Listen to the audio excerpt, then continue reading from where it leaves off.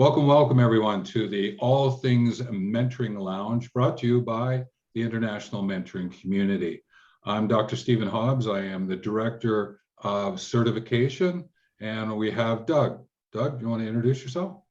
Yeah, my name is Doug Lawrence, and I am the Director of Education and Outreach for the International Mentoring Community. So both of us got together and said, hey, listen, mentoring is something we should be taking a deeper and richer look at. We both are mentors and in different fields. And we just said, well, let's up the game. So we did. So we started to figure out what is the structural elements of mentoring, what is the relational elements of serving as a mentor, and how do they come together if we start thinking about the mentorship. So bringing mentoring and mentor to mentorship, and being able to say, okay, what do we want to have? And that's what we started to do with the International Mentoring Community. Today, we're going to take a look at the common challenges, issues associated with mentoring from a structure to relationship, a arrangement to connection perspective. And to have that unfold for us, what I'm going to do is, Doug, you want to just share what definition we use for mentoring, and then we can just take a quick look at that, and then we'll dive into these 5 challenges, issues. Most definitely. The definition that we use is a two-way trusted relationship where both the mentor and mentee learn and grow on a personal and professional basis.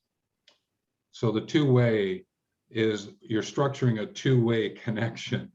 So there's something that has to happen from the mentor to the mentee and the mentee to the mentor, correct? Correct. And I think one of the key elements out of that definition is that both the mentor and mentee will learn and grow.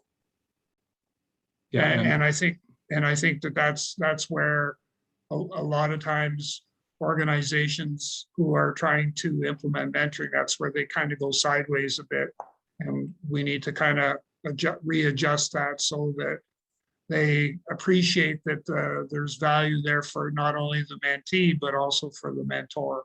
Yeah, and also this notion of the trust, the truth, trust, and transparency. How do you set up that arrangement for that to take place is really important as well. But I think you will always bring to the foreground the 2 other words, personal, professional. Want to speak to that part of it? Well, what I find is the personal and professional aspect. So number one is that if through the mentoring arrangement or relationship, that if you don't address the personal growth side of the situation, that's going to become an obstacle or barrier for you to move forward with helping somebody develop their career development process. So typically what we find or what we see is some of the challenges that people encounter on the personal growth side is, lack of self-esteem, lack of self-confidence, self-doubt, self-worth, I call them all the selves. And unless we deal with those, unless we address those, then they're going to ultimately become an obstacle or barrier for us to move forward. And that's becoming more and more important today, simply because of mentoring and mental health, and how if we're not, paying attention and sort of getting a sense that there's something not quite right that our mentee is dealing with, which could be, some mental health challenges. If we're not in a place to be able to deal with that, that's just going to magnify itself. It's kind of, we've talked about this before, where we've talked about issues and problems.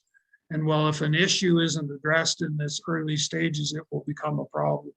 And it's kind of the same in what we're talking about. Yes, and the 3rd Wednesday of October, we're going to do the self story and bring all of that to the foreground and speak about it, share, have conversations about the notion of relationship to structure. Today, what we're going to do is we're going to take a look at the structure to relationship. And to Doug's point, and a reminder, is that we're very particular in identifying what are the issues, because issues can become problems, yes, but issues can also become appreciations, things that work really well, and how do you do it again and again so that it works. So a lot of times when we find ourselves in the mentoring role versus serving as a mentor, which is what we'll talk about on the third Wednesday of the month. So today what we're going to do is take a look at the 5 common issues. Now, again, someone might say, well, isn't there 7, there are 9, there's 12, there's, yes, you can break things down, but I believe that the ones that Doug and I are going to share a little bit about today will give you a good stepping stone path to work with as you get into your mentoring, the how you mentor. And what we're going to do is we'll start off with the first one. And Doug knows one of the things that I'll always say to people is, what's your definition of mentoring? And people, that's why we started with the one that we use. And I think it's important from a structural point of view is that you know what is your definition of mentoring so that you can share it with your mentee and do it in such a way as that, like what we did was you can sort of take the chunks, right, the sections of it, look at each one and then weave them together into a full story of what is mentoring, because the definition also hints at the intention of mentoring.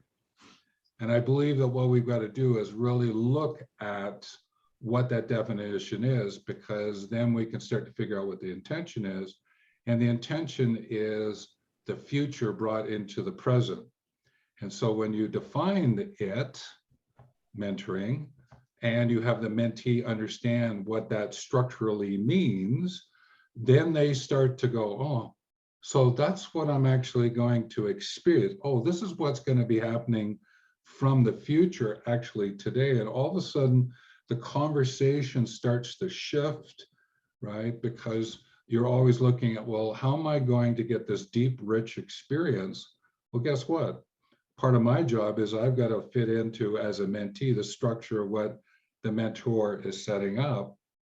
And the beauty there is eventually get to the point that they're both doing it and don't really realize it, that, oh, we're just doing it because what we want to do is to actually share a mentoring arrangement. Thoughts on that? Well, the one thing that sort of jumps to the forefront, and I just use the analogy of a house, is the fact that, you know, the definition is part of the structure, the foundation for moving forward. And if we don't understand that or don't know what it means, I guess that's both the same thing, understanding and knowing what it means. If we don't know that, then our house is going to not be on a stable foundation, and, you know, it could crumble underneath. And that's when we may not see the value, or we may not get the value that we should be getting from, you know, from a place where we understand the definition a lot better. Yes. And I think that that leads to this notion of the second issue is having unclear outcome agreement.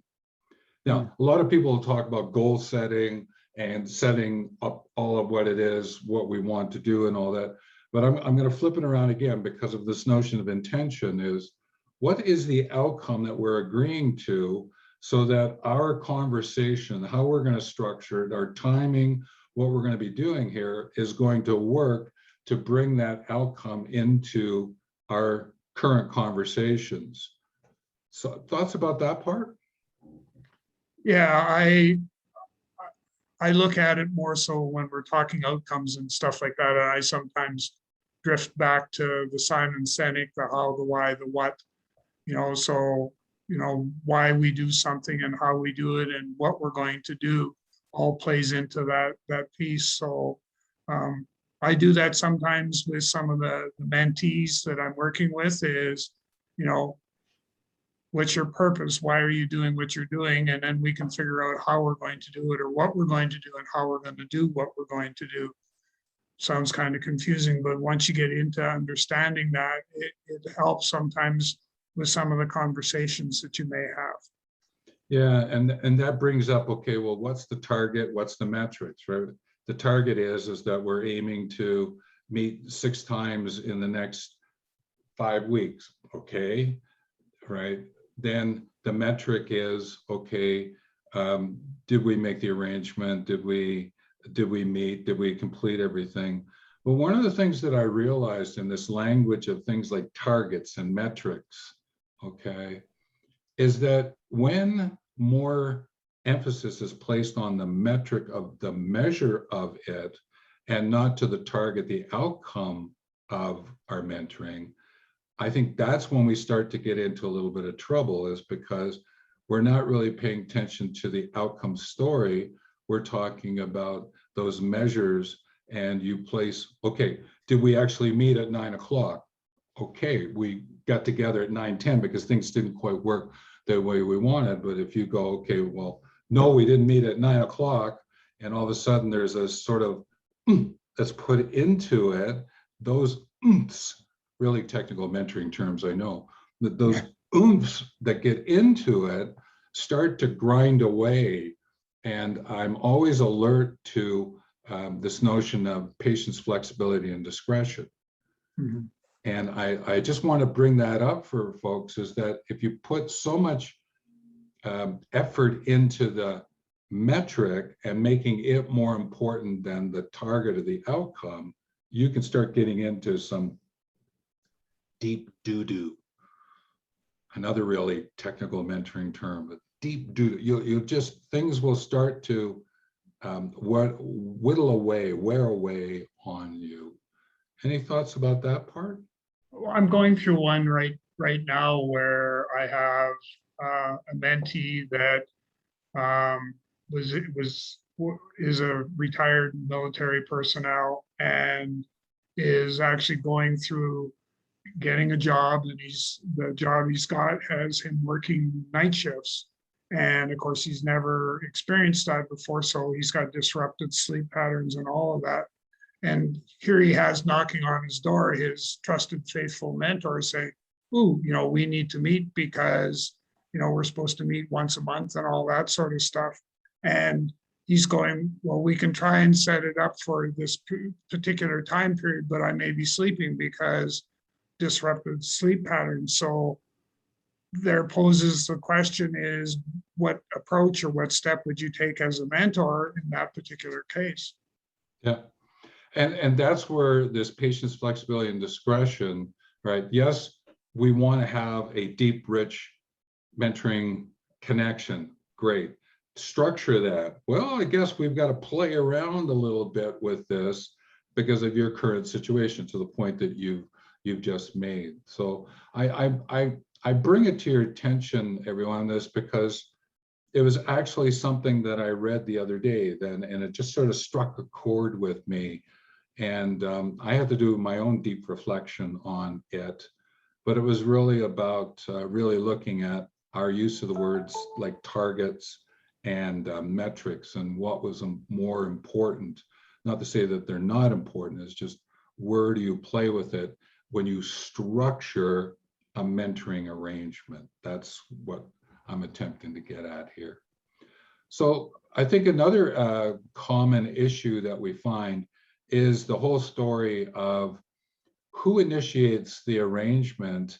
Is it formal, informal? We've touched about it in other mentoring long conversations, but I think it's important to bring it out from a pre-matching, pre-getting together storyline. From your own experience, Doug, what is it that creates the issue in this formal, informal to get this arrangement up and going? I'm not sure that it's so much an issue. I think once people understand the definition of both, and so when I take a look at informal and formal, formal to me means that there is an existing mentoring or there's a mentorship program in the organization where they actually match Johnny with Sally and Gwen with whoever, right? So but there's an actual process. The structure of the program is such that we actually do formal matching of mentors with mentees and stuff like that. Where the tide starts to shift a bit is when we start to talk about informal mentoring, and how I typically describe that is a way of life. So mentoring becomes a way of life in the organization. It's actually part of the organizational culture, if you want to use that term. And what it basically boils down to is, I know that when I go to work today, that I'm going to learn something from Stephen. And I know that Stephen's going to learn something from Bob, and so on and so on. And it all just happens as a result of our interaction in the workplace and dealing with, various sorts of things. And it just happens. It just happens that way. So that's your informal, and then your formal. And the question I always raise is, can we do both within the confines of a mentorship program? Great. And I think that's helpful when we're in the workplace, but sometimes we find ourselves in life and you're going, geez, I could really ask some questions to someone right now, because I am a little, okay, I don't quite know where I'm going with this. And being able to reach out to someone is to really pay attention to the structure that you're going to be working from. All right. And you might formalize it, or you might keep it really informal. Formalize it might be actually, okay, maybe it's paid. It could be a free formal, I get that. But again, when you start putting the parameters or the adjectives with it, really start to pay attention to what is it that you are structuring, whether it's the mentee to the mentor or the mentor to the mentee. Just really pay attention to how are we structuring our connection so that we can have our conversations, right? That becomes really important to you as a mentor and to a mentee. And I'm going to frame it this way, which is a little different. It's also important to the mentoring arrangement in and of itself, where the two people end up sharing a connection, right? So I'm giving arrangement a little bit of a personality, okay, here. And I just want to bring that to your attention so that it sort of breathes and lives with the confidence and the contribution that it's available in that mentoring arrangement. So I just add that into the mix as well, because there are youth mentors, and I know sometimes schools and organizations set up those organizations. So again, it's sort of like the workplace, but sometimes you might find yourself, mentoring a young lad or a young lady from in the neighborhood, and you just want to oh, hang on, I got to remember, how do I structure this for our connection, and be really alert to that. Anything you want to add to that, or do you want to go on to the next one? Let's go on to the next one. Okay. The next how-to or structural element is the way in which you're going to have your conversation, the process that you're going to set up. We have used in other presentations the word collaborative conversations. So that means there's a certain conversation style that's going to take place. Well, when you first start up and someone doesn't know anything about mentoring, it may not be completely collaborative because, oh, okay, so maybe what it might be is it might be a little bit more directed until the person can come to understand what does it mean to be in that mentoring arrangement. But I think there's something that's even more important, and that is, from a mentor point of view, is to be able to understand the connection between feed-forward and feed-fromward. Because when the mentee experiences this conversation where there's feed-forward and feed-fromward, that's when the shift takes place. The mentee doesn't necessarily feel as though I'm out of it. Oh, actually, I'm in this now with the mentor. I get it, all right? And eventually it gets to a point you don't even necessarily use mentor-mentee, right? Doug mentions this quite a bit, is, you know, the two-way trusted and working together. So I wanted to just explain feed forward and feed fromward, because I think it's important here. We've heard the term feedback, which is to sort of say, okay, here's something about what you did do. Feedback, sort of go into the history and bring it. Feed forward is sharing in the moment what's actually happening and finding a way in which to frame it in a conversation so it doesn't feel like you're picking at someone, but you're, okay, have you thought about it from this perspective, and give it now, not, okay, when I see you tomorrow or the next day. You remember when yesterday, when you, sometimes time is going to get to grind you there a little bit. It's more about feed forward, is to be there in the moment so a person can move forward. Feed fromward's a little interesting, is that as a mentor, you're thinking about, okay, I'm going to share something here, but am I sharing it because of the now, or am I sharing it so that the person understands something for the future for the now? And it takes a little bit more awareness about, and this is where the notion of knowing about intention is really important, is to really help the person go, okay, if we're going to be moving forward with this and you want to be able to have this is something we're going to have to think about now. Is that something we're going to be working from, right, to be able to set this up? So it's going to require you to do this learning A, B, and C, right? And that's what I call feed fromward. Now, this conversational style and including these, you know, really plays itself out, you know, when you go to serve as a mentor. But as a mentor, understanding how to structure this, understand those terms and what they mean, is one of the reasons you can go through the certification program through the IMC. And you can learn about these, and you've got a couple of people you can tap into to be able to learn more about them. Doug does it so intuitively now that sometimes when we're having a conversation, oh, that's a bit of feed forward and feed fromward. And I can see he's just like, oh yeah, right, okay, because it's just natural for him. Whereas attempting to explain it to someone, right, it can sometimes feel a little bit, what did you just say? Can you go over that again? Because I'm not quite getting it. Can you give me an example? So it's a common issue because people go to feed back, and that doesn't serve as much as feed forward and feed fromward. And that's why we wanted to bring it up today. Thoughts about that, Doug? Or no, it all makes sense when you explain it in the context that you did. Yeah. So just know, folks, that this is something that really is something you have to think about. How do I do it?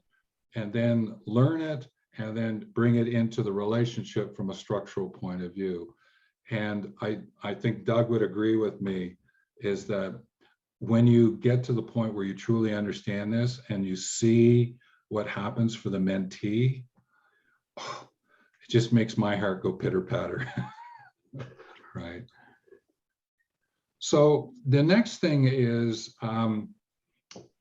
scheduling. One of the issues or challenges that we sometimes face is this thing called scheduling. You know, when and the where. Can we go to an open place? How much is confidentiality? How do we make sure that truth, trust, and transparency flows, right? Part of the definition that we have. Thoughts about scheduling, Doug, because I know people are always asking you about this, and we've talked about it a number of times, but let's just bring it to the surface at this point.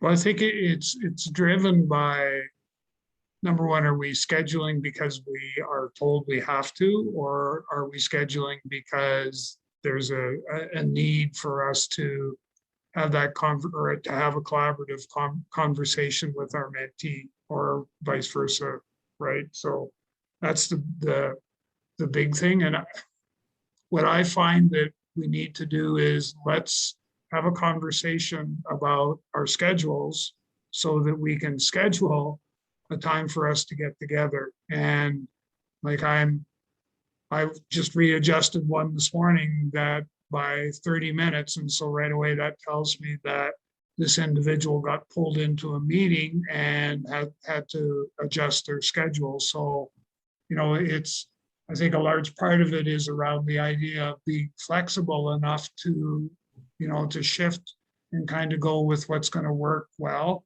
We're going to meet tomorrow at 12:30 in a coffee shop. So obviously confidentiality, because I know the coffee shop and I know it's busy. It's a little bit more higher end coffee place, and it's a good place to, to go to have a conversation, and confidentiality won't be an issue there, versus there are other places where you may not have that same level of comfort in meeting and understanding or appreciating that, this is something that needs to be done in confidence. Yes.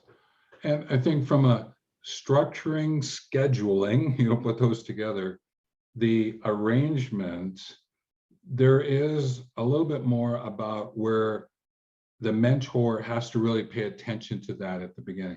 And yes, you have to have some flexibility with the mentee, but at the same time, if you let that just go, oh yeah, okay, fine, you just let me know when you want to, as a mentor to the mentee can take advantage of that, maybe knowingly or unknowingly.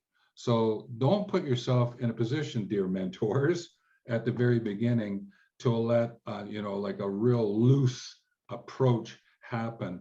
I think you can a little bit later, sometimes there's flexibility because you get to know the person, and the person, if they're asking to reschedule, it's because there really is a reason, because they want to be at that meeting. But at the first, you don't want to be playing games with the mentee. I just encourage you, don't go down that road. So Doug, we've covered off 5, and maybe those in the audience will say, hey, listen, can we talk about this 6th and 7th and 8th? And we certainly can, because next time when we get together, we'll talk about the selves and about relationships to the structure. But like all videos that we do here on the 1st and 3rd Wednesdays at 10 a.m. Mountain, we also ask you to give us a little bit of a story from Quora. Maybe there's something that's popped up from a Quora perspective. So why don't we use that as our outgoing idea for today, and then we'll get ready to close up. So what's your Quora story? So the question that was presented to me is, what attributes must a good mentor have? And comes back to what we've already been talking, where I responded and said, first off, I believe we need to understand the true definition of mentoring. And I provided that, which is the two-way trusted relationship where the mentor and mentee will both learn and grow personally and professionally. And to specifically get into the response is, you would want a mentor that is great at understanding what trust actually is, and in fact, trusted relationships, and is also an effective communicator. And by that, I mean that they listen and hear, and they know when to be quiet, and to listen versus always wanting to take the floor. And I find that, that's something that we as mentors have to work at. You need the mentor that you'd be looking for. You would want to make sure that they have compassion and the ability to build, a safe environment for a mentoring conversation to take place. They need to understand the Socratic method of asking questions and need to know when and how to use that technique. They need to guide versus tell, and must never be responsible for the outcomes. If this happens, then they take ownership of accountability and will create a dependency relationship. And that was kind of the response that I gave. So in there's a lot of, how do I do this? How do I do this? How do I do this? And not just assume, well, I put in, 40 years in the planet. I think I already got a lot of that done. I'll just walk into and have a conversation with someone. We'll call it mentoring. Let's be alert, folks. Because the questions that are going to be asked of you, to be tapping into your lived experience, to create this two-way trusted relationship about personal and professional, right? You've got to understand, how do I do this? So to structure it and all that, and to practice it, it's important. And that's why we wanted to emphasize today some common issues, a little bit more about the how-to, right, from the structure to the relationship, that we wanted to have a conversation today. So we welcome any thoughts that you might have. And remember to subscribe, ring the bell, like, comment, share. We enjoy learning from you as well.